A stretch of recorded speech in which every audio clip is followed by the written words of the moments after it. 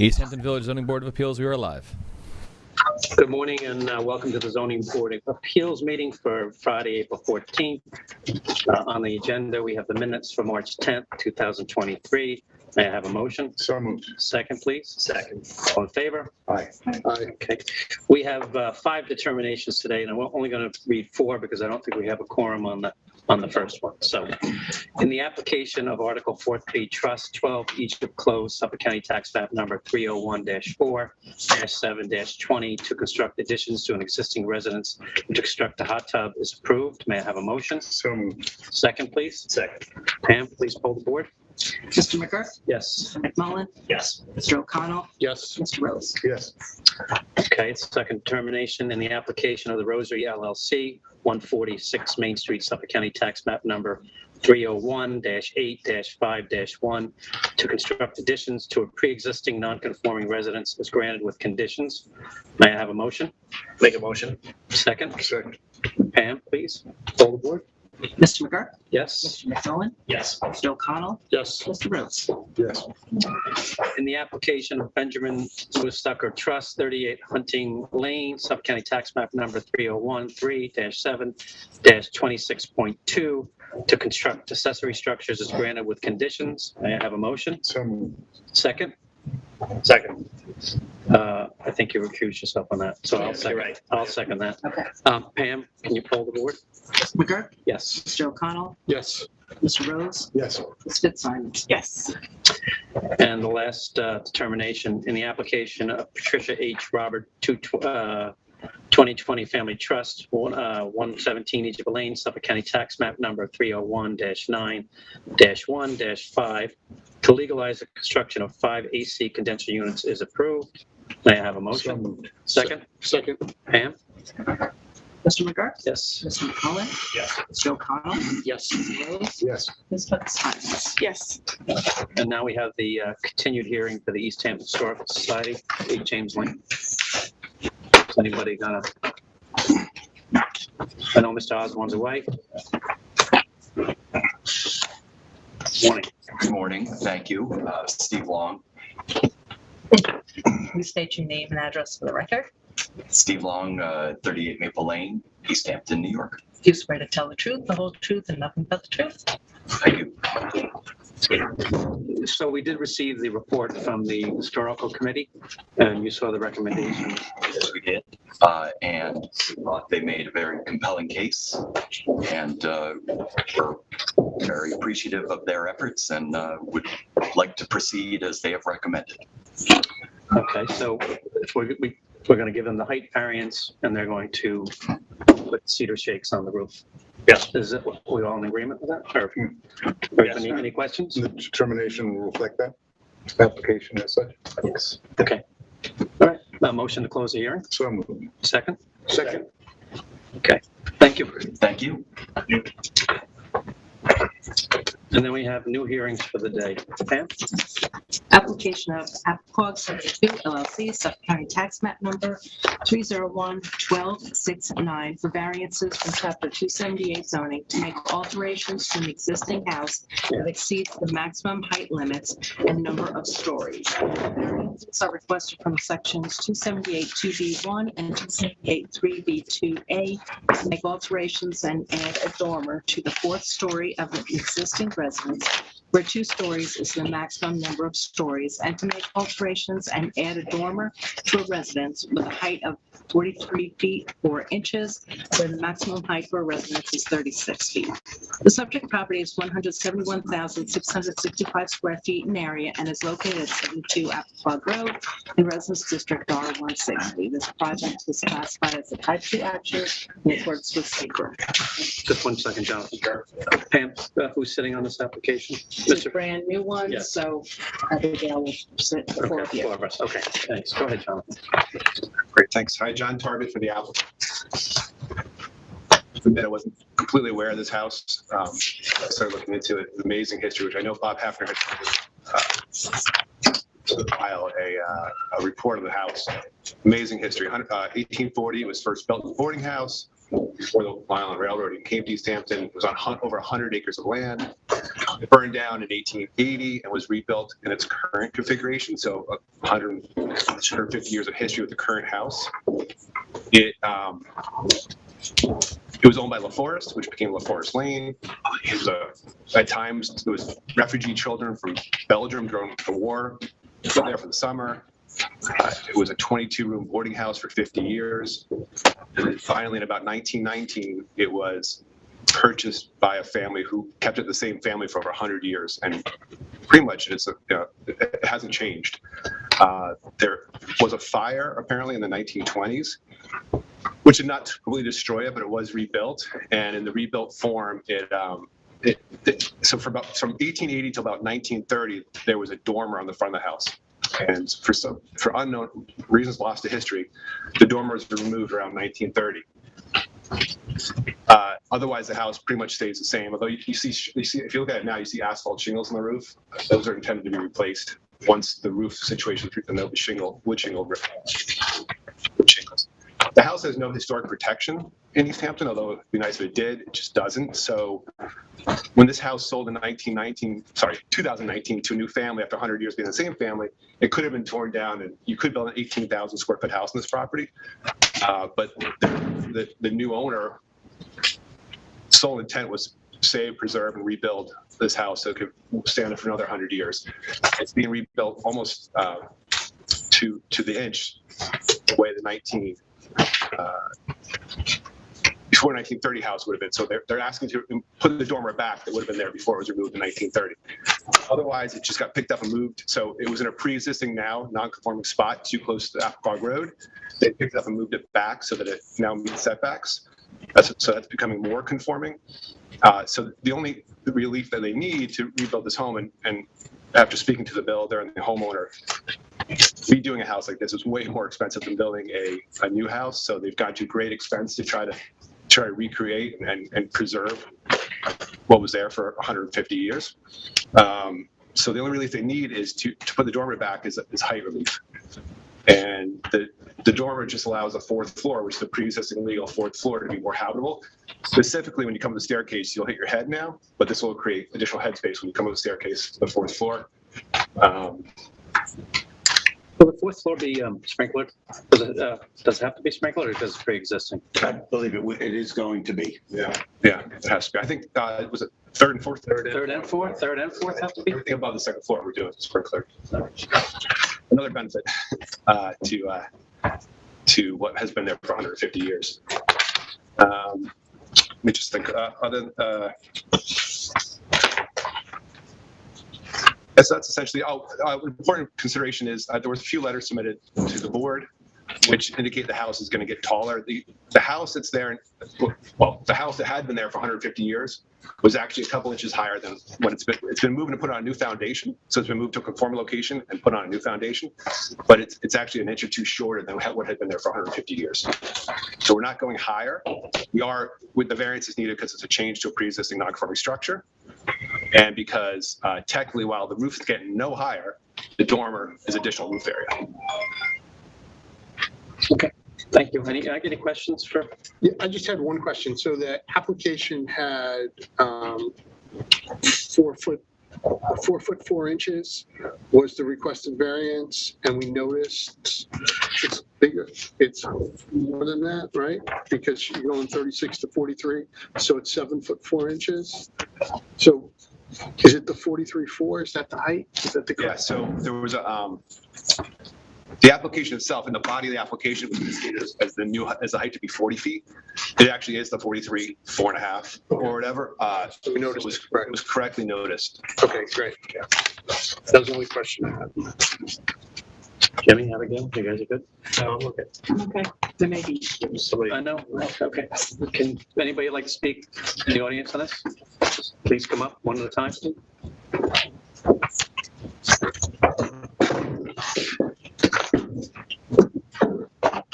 Raise your right hand and state your name and address for the record. Scott Romanoff, 7 LaForest Lane. Swear to tell the truth, whole truth, and nothing but the truth. I do. Thank you. Good morning. Good morning. I'm Scott Romanoff. I am directly adjacent to the property at 72 Appequag. I, along with three other neighbors, so four of us in total, are adjacent to the property and have been in dialogue of late when the notice came out.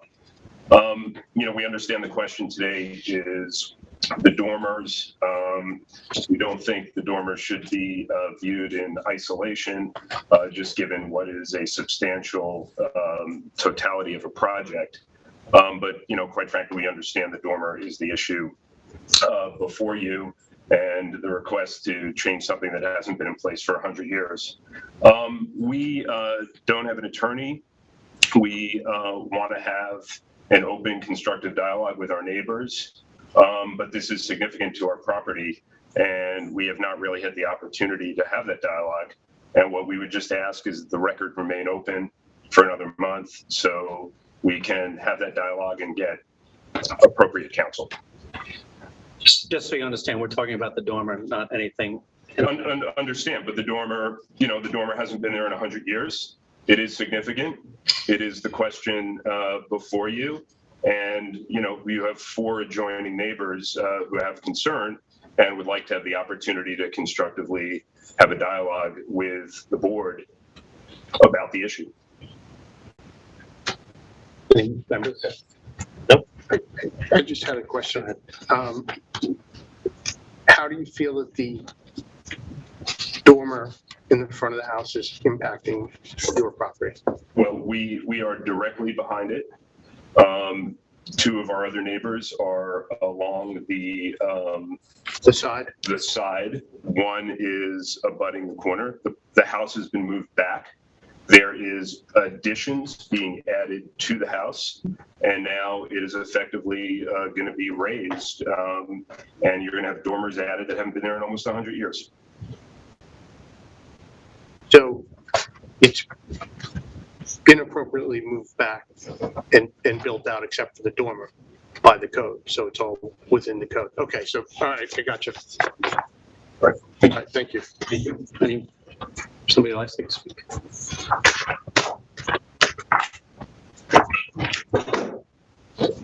There I go. Okay, that's okay.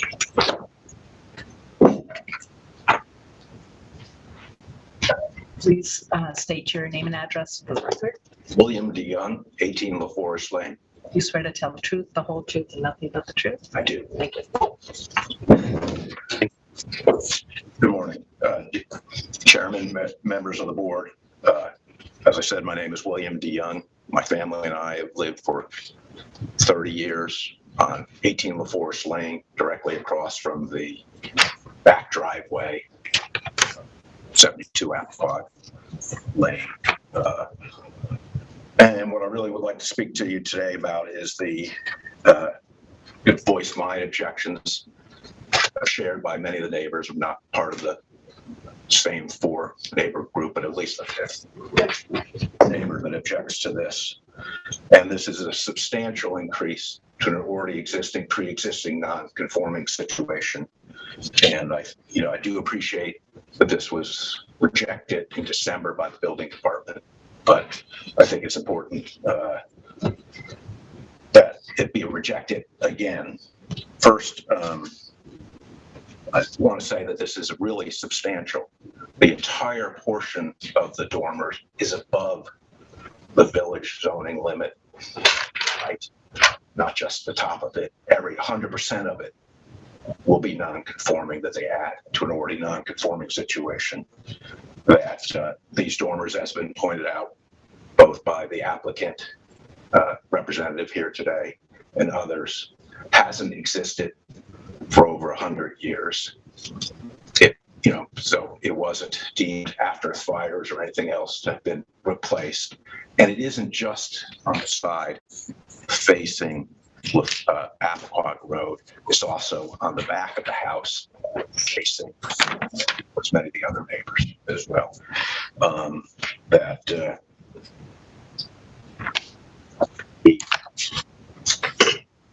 Although the applicant describes these as insignificant, they are very significant. 100% of this is above the 36-foot limit. And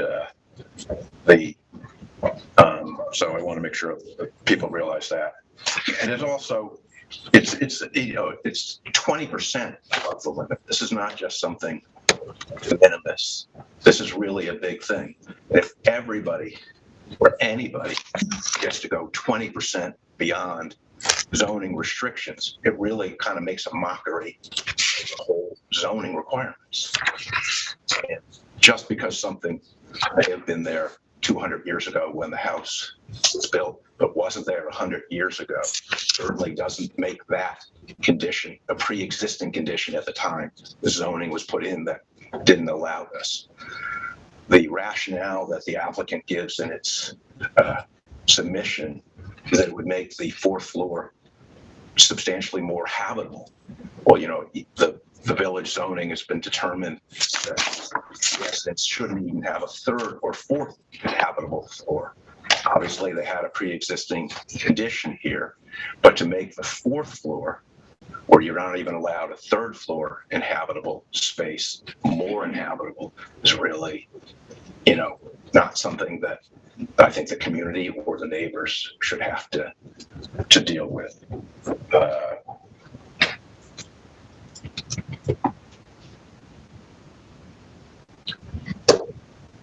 And so, you know, it's really, I think you do need to take a look at this in totality. Yes, it's been moved to the street, but it's been moved closer to the neighbors. It's been raised, you know, it's being proposed to make it even taller, even more massive. These are not small dormers. They're in it, you know, this has kind of been stated as this is a kind of trying to redo what it was before, but they've added large additions on the back of the property that weren't there 200 years ago, weren't there 100 years ago. And so this isn't really an accurate thing as to what had happened in the past. And really, I think the whole reason you put these zoning in and put these requirements is to have the bucolic nature of this community be maintained. And I think this is just yet one more step in the erosion of those standards. So any other, anybody else like to speak? I think we'll keep the record open for the next month and then make a decision. Can you speak? Can I speak quickly? Yes, please. Okay. Just to clarify, is the record closing today or no, it's not? Is there a determination next month or? So going to be. We don't normally do that. Continued hearing? Yeah, we're going to Okay, continue the hearing. hearing next month. So you would expect everybody to come back and present again? Please. Can I just ask that consideration be given that it is under construction and it's probably to the magnitude about twice what it costs to build a new house here. The windows themselves are almost $1 million because they're all being done historically. Totally understand. We've been to the project So times. without any, there doesn't seem any real reason to hold the record open, other than neighbors who always ask the record to be open in order to do. We understand. So, in light of the fact that there is no missing material or at least reason to keep the record open, we'd ask to be closed today. Thank you. I also wanted to just, I understand now that I'll have next month to do this again, but it's important to point out a couple things. The neighbors who are complaining this is a very narrow property, but it is a 4-acre property. So the neighbors who are complaining for the most part are 4 acres away from the dormer that faces the street. To the extent that there's a dormer in the back that is being made bigger, but the dormer is there now. Also had these neighbors, as far as zoning goes, it's important for everybody to understand that had the current owner not wished to preserve history, East Hampton's history, which East Hampton spends an inordinate amount of time and energy preserving through historic districts, timber frame landmarking, as well as their own taxpayer money to preserve historic homes. She's doing this all on her own, whereas she could have developed the property. Right now, she's proposing 14,000 square feet of coverage. This property could have 30. And we know every month people come here and ask for coverage variances, including me. This property is proposed to be 14,000 square feet of coverage. it could be 34,000 square feet of coverage had she, and we know how this is going. All these homes in this area just drive by, they are maximizing coverage. And GFA, as I said, is at pros at 10,000, an 18,000 square foot house could be built here. So this owner is doing everything East Hampton would want as far as preserving history. And she is trying to, granted, there's a benefit to her because the fourth floor becomes somewhat more comfortable. It is a fourth floor that's legally there at that height. It's not going any higher. And it's a relatively small request. So I do ask one more time. I understand that it may not be the direction it's going, but I do ask that the record be closed. Thank you. Thanks, Jonathan. Okay. Yeah, okay, yep, thank you. So we're going to move on to the next hearing. Record's open. Record's open until next month. Great, thank you.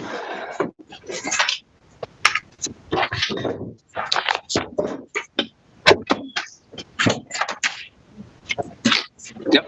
It's application of Joseph R. and Amy M. Varela, Suffolk County Tax Map Number 301-1310-5 for wetlands permit variance in accordance with Chapter 278 zoning and Chapter 163 freshwater wetlands to construct a driveway gate. A freshwater wetlands permit and a 96.1 foot variance from Section 278-388 is required to construct a driveway gate 53.9 feet from wetlands where the required wetland setback is 150 feet. The subject property is 189,660 square feet in size and is located at 40 feet to the lane from frontage on Brook Pond. The property is located in Residence District R160 and is subject to classified as a type 2 action in accordance with SEQA. Please, yeah. Morning, Mary Jane Masato, Brook Planning and Masato, 20 Main Street for the applicant.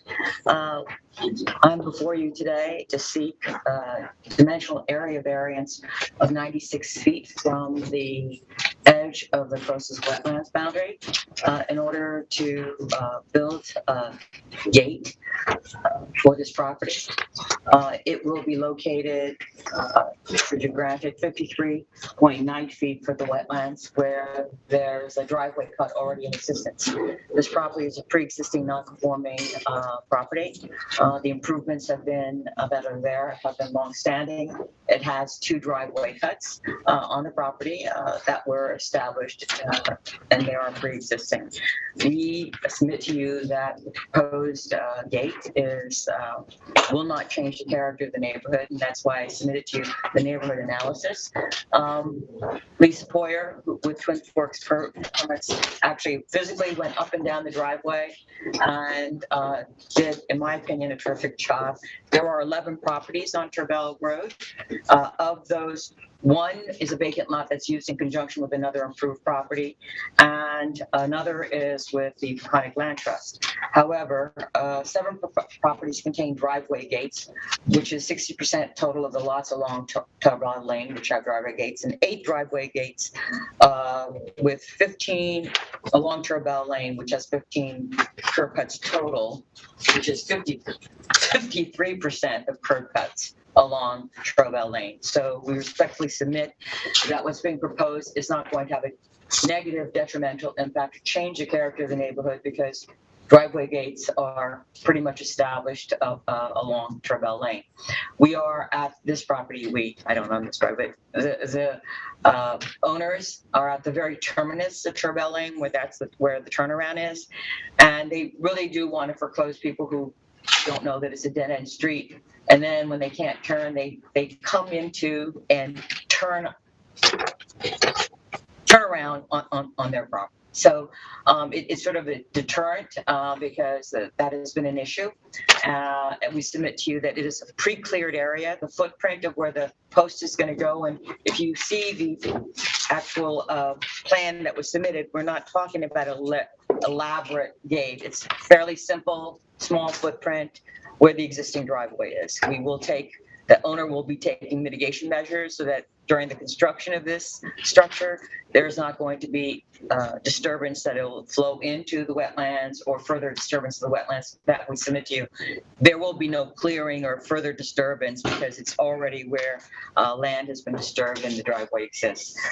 There is no other way that we can reach this benefit because everything is pre-existing non-conforming. Through the balancing tests as well as environmental, we submit to you the benefit certainly outweighs any detriment to maintaining the code or a detriment to the village or to the neighbors. If you have any questions, I know you have further cases beyond me. And of course, Lisa's here to answer any environmental questions. If Mr. Hajack doesn't have any, I will conclude. Thank you, Mary Jane. Thank you. Any board members have any issues with this? Mr. Rose? I just have a question about so there's the gates and then there's the stanchion, the Call box. the call box. Yes, the call box is on the property.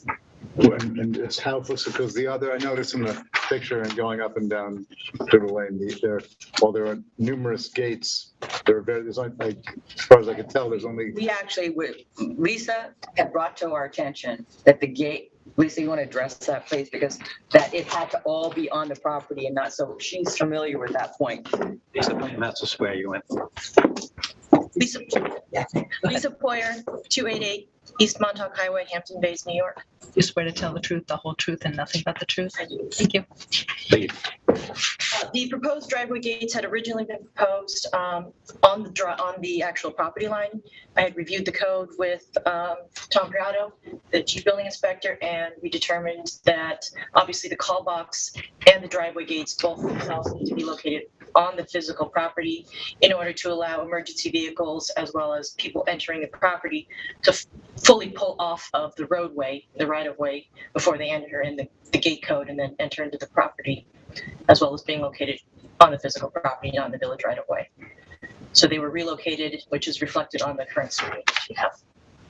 And just in terms of the impact on the character of the street, there are, I think, one or two call boxes. There are a bunch of gates. There are one or two call boxes that I would just encourage in looking at this to the extent to which the callbacks can be as tight to the gate, because that's a very environmentally picturesque and sensitive area. In addition, so minimizing the visibility of the. We will certainly relay something that to the Perellas that we would want it to be done in not only environmentally sensitive, but aesthetically so that it's not something just sticking out of, what is that pole out there that you have to punch in? So, there's a hedge there also. yeah, we will certainly relay that to the owners, and if there's an issue, I mean, please, Tom, because they're very amenable, these clients. So if we'll submit you the final plans, and if you say that we want it moved, I think that they'll be more amenable to that. Can certainly relay that. Thank you. Any other questions? No. Motion to close? Second. All in favor? Aye. Okay. Move on to the next hearing, please, Pam. Application of Serge Baker and B.B. Simmer, Suffolk County Tax Map number 3012310, area variances, 278 garage, to a pool house, and to legalize a 0.4 foot variance is required from section 278 3A5B to legalize a patio constructed 3.6 feet from the rear yard lot line, and the required setback is 10 feet. Variances of 17.3 feet and 16.7 feet are required from section 78 3A5C to convert an existing garage into a pool house. The building is located 2.7 feet from the side yard lot line and 3.3 feet from the rear yard lot line, where the required side and rear yard setbacks for a pool house are 20 feet.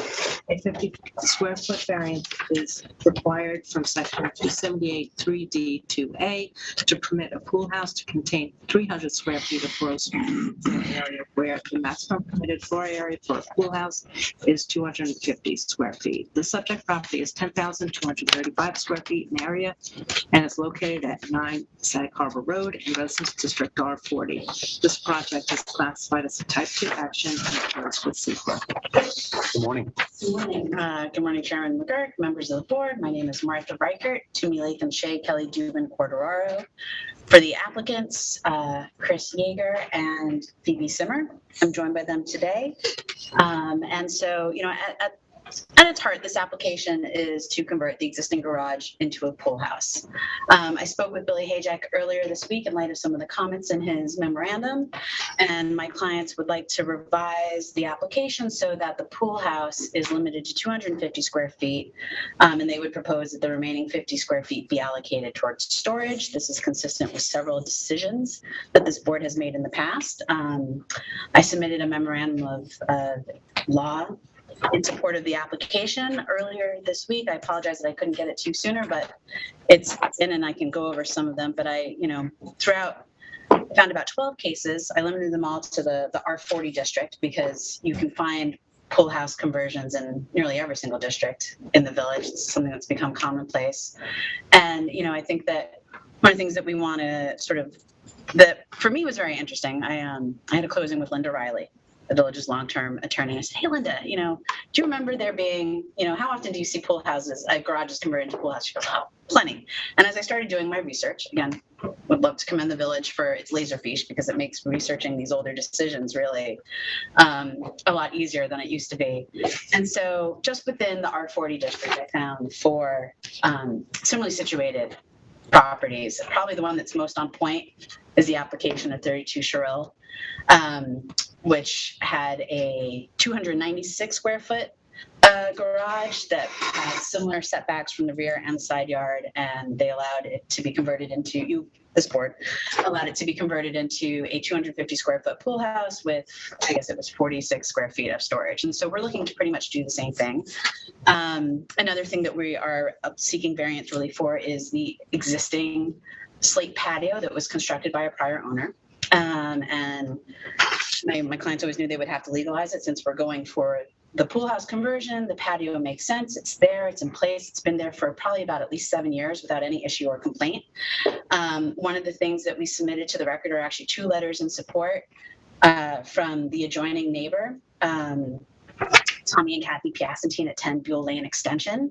Their property actually, they have an oddly shaped property which abuts my client's property on 2 sides. They have adjoining rear yards, and then also part of their property dips down into one of the side property lines. And they first wrote a general letter of support, but after reviewing Billy's memorandum, they wanted to reiterate how much they supported the conversion to a pool house rather than maintaining this as a garage, because there is a requirement within the village code that it's the garage design standards, which requires a garage to be serviced by an improved driveway. And because of the layout of this property after the traffic circle was put in, the driveway was relocated. And that's something that we'll have to work out with the Highway Department, State DOT in terms of the new curb cut, which again was done by the prior owner.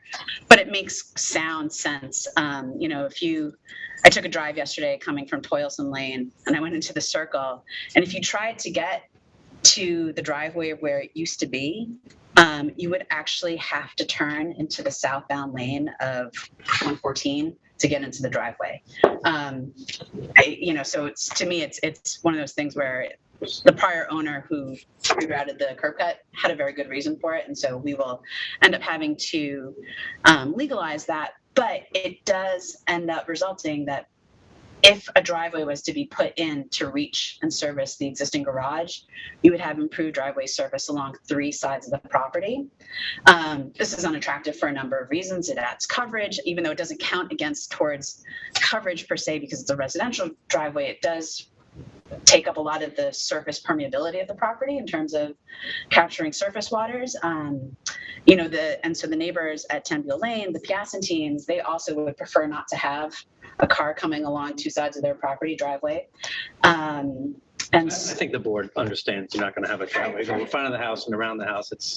It'd be ridiculous. it also, thank you. It also forecloses the ability to locate an upgraded sanitary system, which I think we can all agree is a community-wide environmental benefit.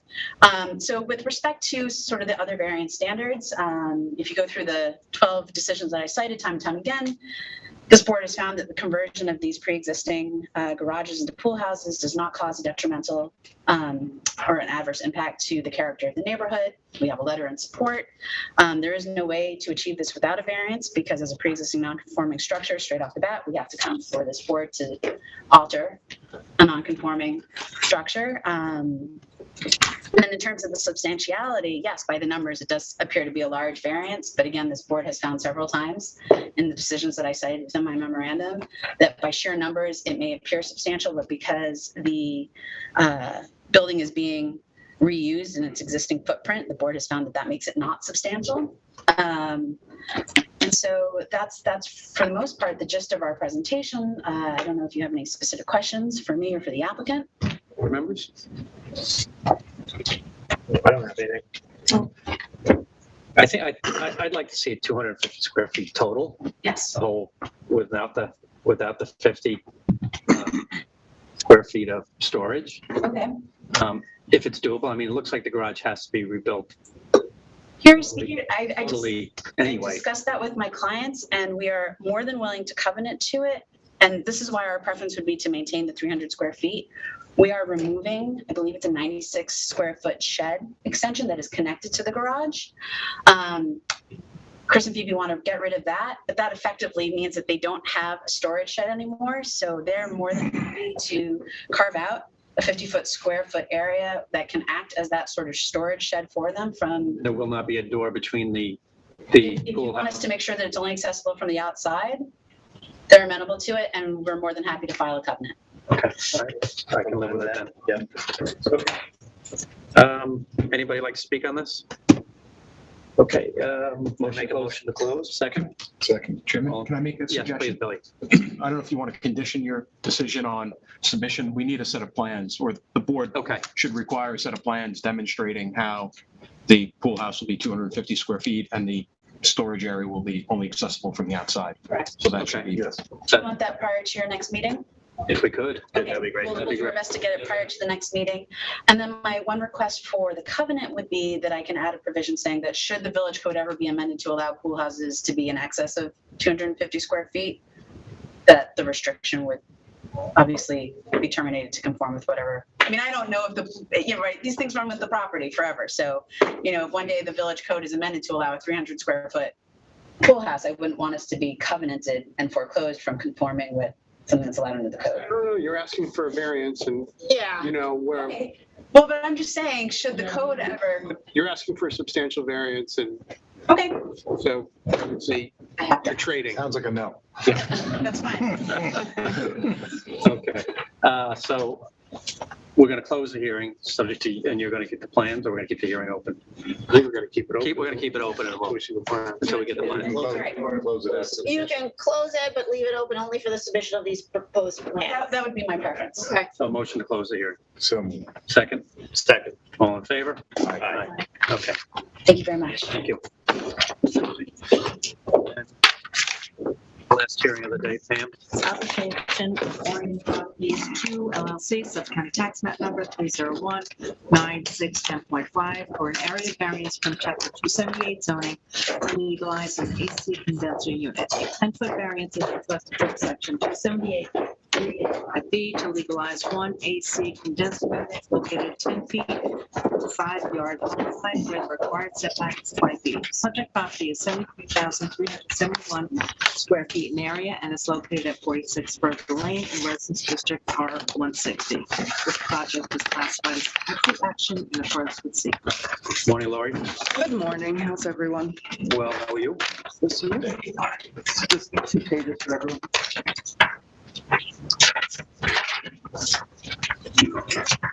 Corey Wiltshire, 2 Antigo Road, Land Planning Services. You swear to tell the truth, the whole truth, and nothing but the truth? I do. Thank you. So this is almost a repeat. I was in here last year for next door lot owned by the same family for the same thing, an air conditioning unit variance. So this application is for a side yard setback variance to legalize the placement of an AC condenser unit. The variance is largely required due to the location of the pre-existing non-conforming residence on this oddly shaped lot. The subject AC unit sits 10 feet from the side yard where 20 feet is required, and it is installed next to another AC unit, which sits 10.2 feet from the side yard and is deemed pre-existing non-conforming by the building department. This can be seen on the SASCA survey, which you have last dated August 19th of 2022. Granting the variance will not cause any change in the character of the neighborhood or produce detriment to the nearby properties. The AC unit is installed in a location that is screened by fencing and vegetation from a long driveway belonging to a flag lot next door. And that's visible in the photographs. That's the neighbor's driveway and the hedging along the driveway. And then there's a shot looking straight in at the air conditioner, which you really can't see unless you're looking very hard to find it.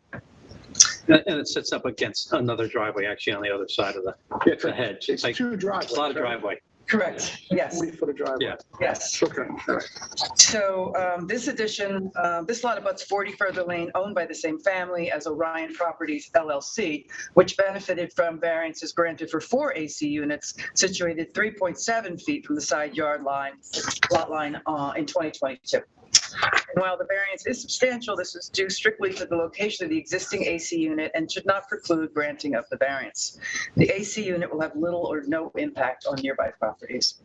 There will be no adverse impact to the environment or physical conditions, as the surrounding neighboring parcels will not be affected in any way, as this yard is well screened and the installed unit environmentally benign. It's a low energy efficient unit, so it's quiet. And it is a self-created hardship, but given the location of the existing AC unit, the abutting driveway, existing screening and fencing, the relief should be granted.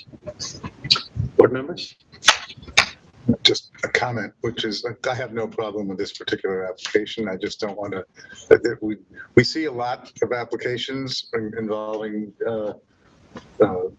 permitting existing, retroactively permitting existing mechanical equipment in this side setback area. And I want to be very clear that while, at least from my perspective, I'm not casual about that in the particulars, and especially for new construction going forward, that it's not something that we create any kind of precedent for saying it's not a big deal. The setbacks that exist there, and we should, and while in particular cases such as this one, I think there's a good reason for granting it. It's not an indication of casualness towards mechanical equipment to the setbacks. Yeah, I agree, because this is very distinguishable with 30-plus feet of driveway between that and hedges and the next closest property.